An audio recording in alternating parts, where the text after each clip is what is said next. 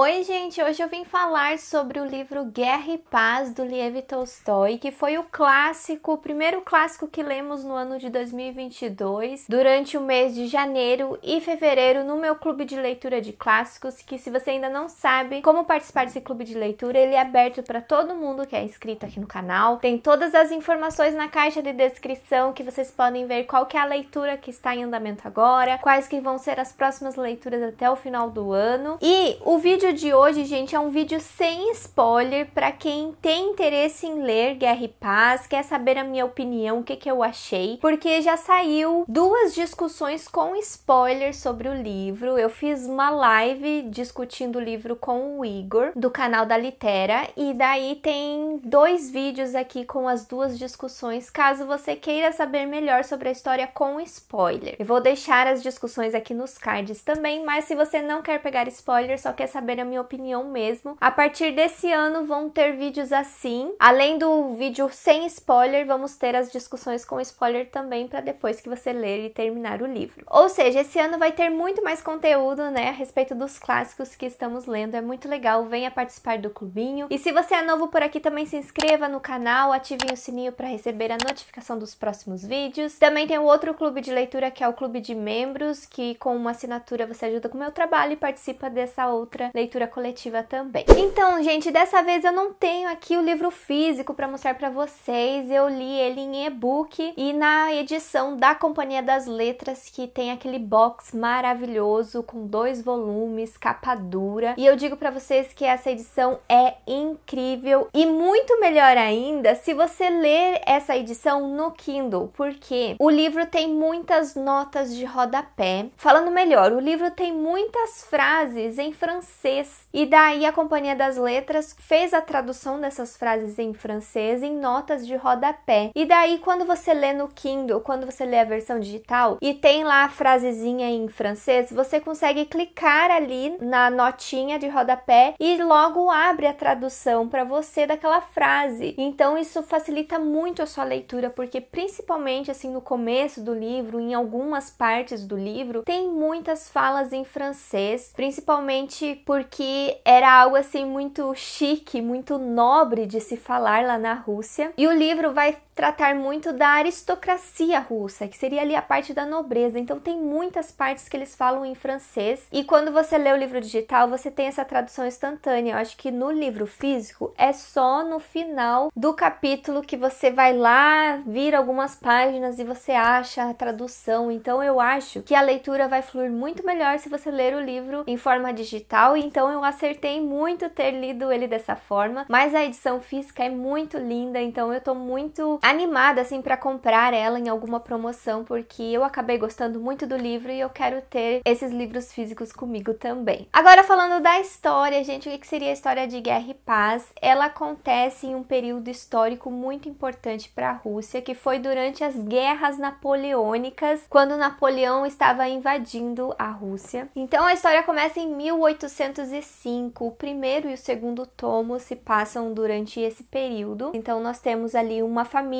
muito importante, que é a família Bolonsky, e eles são chamados de príncipe, princesa. Nós temos também uma outra família que, por exemplo, são chamados de conde, condessa. Então nós temos toda essa parte mais nobre, assim, entre os personagens. Em consequência disso, nós temos então a guerra mostrada por esse ponto de vista, um ponto de vista mais privilegiado, digamos assim. O próprio autor, ele fazia parte da aristocracia russa. Então vocês vão notar, assim, durante a leitura, principalmente no terceiro e no quarto tomo, que o autor coloca muito da sua opinião sobre a guerra, sobre tudo que aconteceu. O objetivo do autor, na verdade, quando ele escreveu o livro, era mostrar a guerra a partir de 1812, se eu não me engano, que é no tomo 3 e no tomo 4, mas daí ele percebeu que para contar essa parte, ele teria que voltar alguns anos e contar desde o início como aconteceu. Então, por isso que nós acompanhamos a história desde 1805. Então, gente, como vocês podem ver, é um livro com muitos fatos, com muito contexto histórico, e o autor, além de trazer personagens fictícios, ele também traz personagens reais. Por exemplo, nós temos Napoleão como um personagem do livro, nós temos o imperador lá da Rússia, nós temos um comandante muito importante ali da guerra também como personagem do livro, então isso é muito legal, porque além de todo esse contexto histórico, nós temos muito da voz de personagens que foram reais ali pelo ponto de vista que o autor quis colocar na história. Então, para quem gosta de história, para quem quer muito saber sobre essa época, nesse lugar, sobre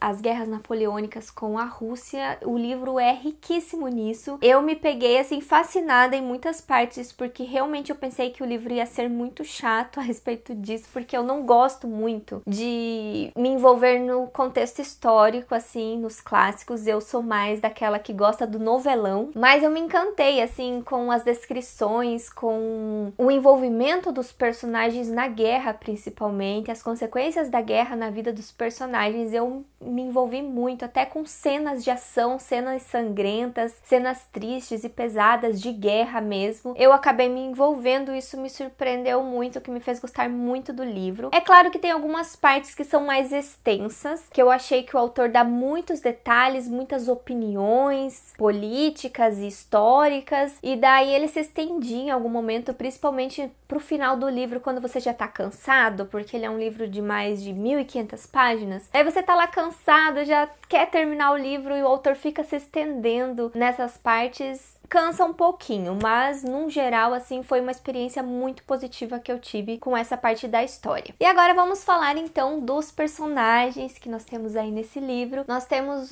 eu acho assim, que duas famílias muito importantes. É a família Bolonski, que eu falei pra vocês, que são chamados de príncipes. Um dos personagens mais importantes é o príncipe Andrei. Ele é um dos personagens que vai pra guerra. E essa família, ela fica também na cidade de Petersburgo. E daí nós temos também a outra família, a família Rostov, que fica na cidade de Moscou. E como personagens principais dessa família, nós temos o Nikolai, que é outro personagem que vai pra guerra, que participa ativamente da guerra, e a Natasha, que é uma menina no começo, assim, com 15 anos, muito ingênua, mas também acaba sendo uma das protagonistas do livro. E, além dessas duas famílias, nós temos um outro personagem que, na minha opinião, é, assim, o que mais se destaca, o que mais tem uma grande jornada, uma grande evolução na história, que é o Pierre. O Pierre, ele é um filho bastardo de um conde, e daí no começo da história ele consegue herdar a fortuna ali do pai dele e tal. Ele é um personagem, assim, muito inteligente, que quer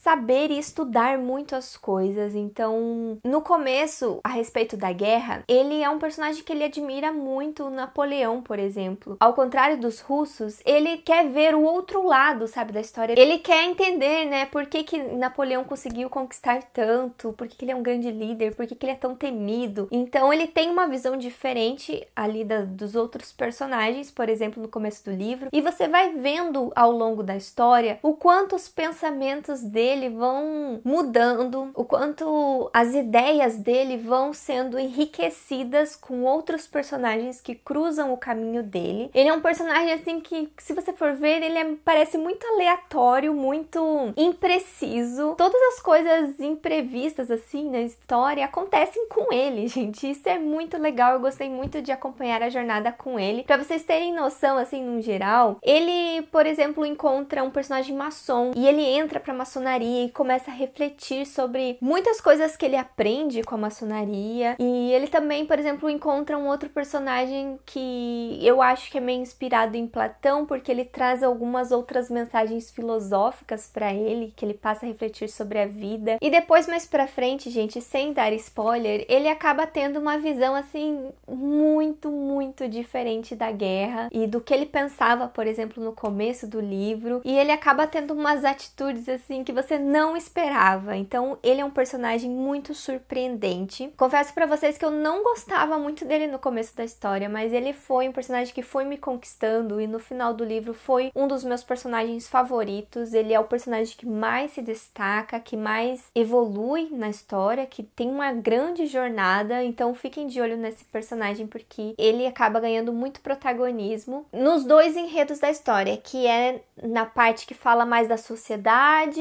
e também na parte que fala da guerra. Ele tá envolvido em tudo, então por isso que ele é um grande personagem. O personagem do Nikolai também é um personagem que eu gostei muito, mas eu gostei mais dele nos 2 primeiros tomos. Eu acho que a trajetória dele no começo foi muito legal e fez me envolver bastante na parte da guerra também, nas cenas que ele estava lá. E também ele tá envolvido em um romance que me conquistou bastante e depois, assim, traz algumas reviravoltas na história. E a irmã dele, a Natasha, é uma personagem que também tem uma grande evolução na história, porque no começo ela é uma menina ingênua, tem algumas coisas que ela acaba fazendo por ser assim, né, tão ingênua, tão impulsiva, e daí depois ela aprende com isso, ela se torna uma mulher, ela tem um grande salto, assim, na história, depois de um grande acontecimento, então foi muito legal ver a evolução dessa personagem também. E o outro grande personagem que foi um dos meus favoritos e que eu adorei, assim, a jornada dele foi o Príncipe Andrei. Ele é um personagem que é muito ativo na guerra e ele foi pra guerra pra meio que fugir da vida que ele tinha, aquela vida ali da nobreza, fugir do pai dele, da esposa dele, que tava esperando um filho, assim, sabe? Ele era aquela pessoa que tava cansado da vida dele, que vai pra guerra em busca de algo a mais, sabe? Essa personagem masculina que vai pra guerra pra ter uma emoção na vida dele, digamos assim. Ele quer buscar algo a mais na vida dele, ele tá cansado da vida que ele tem. E daí toda a jornada dele na guerra é muito legal. E depois de um acontecimento também a respeito da família dele, acaba mudando muito esse personagem. Então, esse livro é incrível, gente, a respeito da jornada dos personagens, por isso que eu acabei gostando muito dele. Você se envolve muito com a jornada de todos eles. Tem muitos outros personagens ali que eu não vou mencionar muito porque o vídeo ficaria muito grande, mas o livro trabalha muito bem a jornada desses personagens principais, o quanto as consequências da guerra mudam as visões que eles tinham sobre muitas coisas, mudam também a união que eles têm, assim, tanto como família, quanto com amigos. Acontece, assim, várias reviravoltas na história, gente, muitas reviravoltas a respeito de união entre personagens. Isso é muito legal, isso acaba virando um novelão que você se envolve muito no livro. Então, gente, eu só tenho coisas boas, muitas coisas boas pra falar sobre o livro. Eu tirei apenas 1 estrela da avaliação porque teve algumas partes que eu achei muito extensas, sem necessidade, principalmente no final do livro. O livro tem um epílogo que, na minha opinião, não era necessário esse epílogo. Ele é dividido em 2 partes. A primeira parte é como se fosse uma extensão do que acontece depois do final feliz, digamos assim, entre ali o casamento dos personagens. Era muito extenso e sem necessidade isso. Eu acho que poderia ter parado ali naquele final da união dos personagens e tal. E daí a segunda parte é mais a opinião do autor sobre a guerra, que também parecia que ele tinha muito espaço durante o livro para falar sobre isso e ele ainda quis falar mais ali no final do livro. Então, eu achei que essa parte do final do livro ficou muito extensa. Você já tinha lido muitas páginas, eu fiquei lendo por 2 meses, eu não aguentava mais estar lendo aquele livro e ficou muito extenso ali no final, sem necessidade. E também teve alguns personagens secundários que eram bem interessantes, teve algumas partes muito interessantes com eles que eu achei que eles mereciam um desfecho melhor pro final e eles meio que foram esquecidos no churrasco, assim, no final do livro. Só mencionava alguma coisa que tinha acontecido com eles, tipo,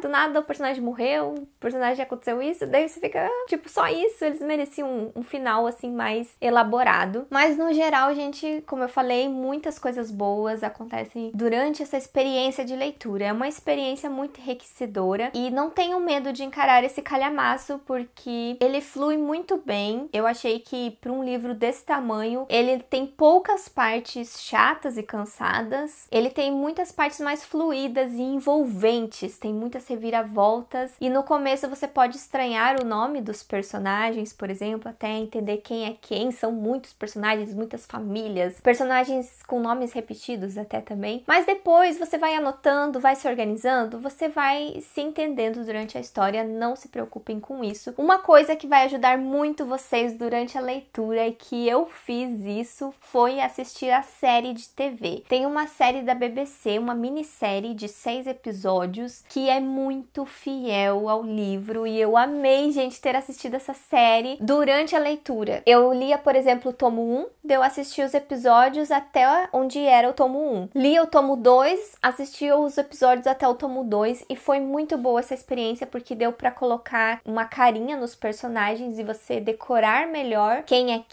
quem são os personagens, o nome deles, principalmente, que são nomes russos. E se você meio que se desfocou de alguma coisa durante a história, também você capta ali na série. É incrível essa experiência, gente. Ele tem no Claro Vídeo, no Claro Now. Então, quem é cliente da Claro consegue assistir a série. Então, por isso que eu consegui assistir ela e fiquei muito feliz de ter essa experiência de ler o livro assistindo a minissérie, que é muito fiel mesmo. Eu acabei gostando muito. E é isso, gente. Quando vocês lerem o livro, não se esqueçam de assistir a live de discussão que eu fiz, que tem muitos mais detalhes que a gente conversou durante a live com spoiler. Me conte aqui nos comentários se você ficou interessado em ler o livro, se vai dar uma chance pra ele algum dia, se ele tá encalhado, você já começou e não terminou. Dê uma chance, gente, vale muito a pena. E não se esqueçam de participar das outras leituras coletivas de clássicos que temos aqui no canal. Agora, nesse mês de março, nós estamos lendo o Grande Gatsby, então venha participar. E aqui do lado vai estar a playlist com o vídeo dos outros clássicos que eu li. E eu vejo vocês no próximo vídeo. Tchau!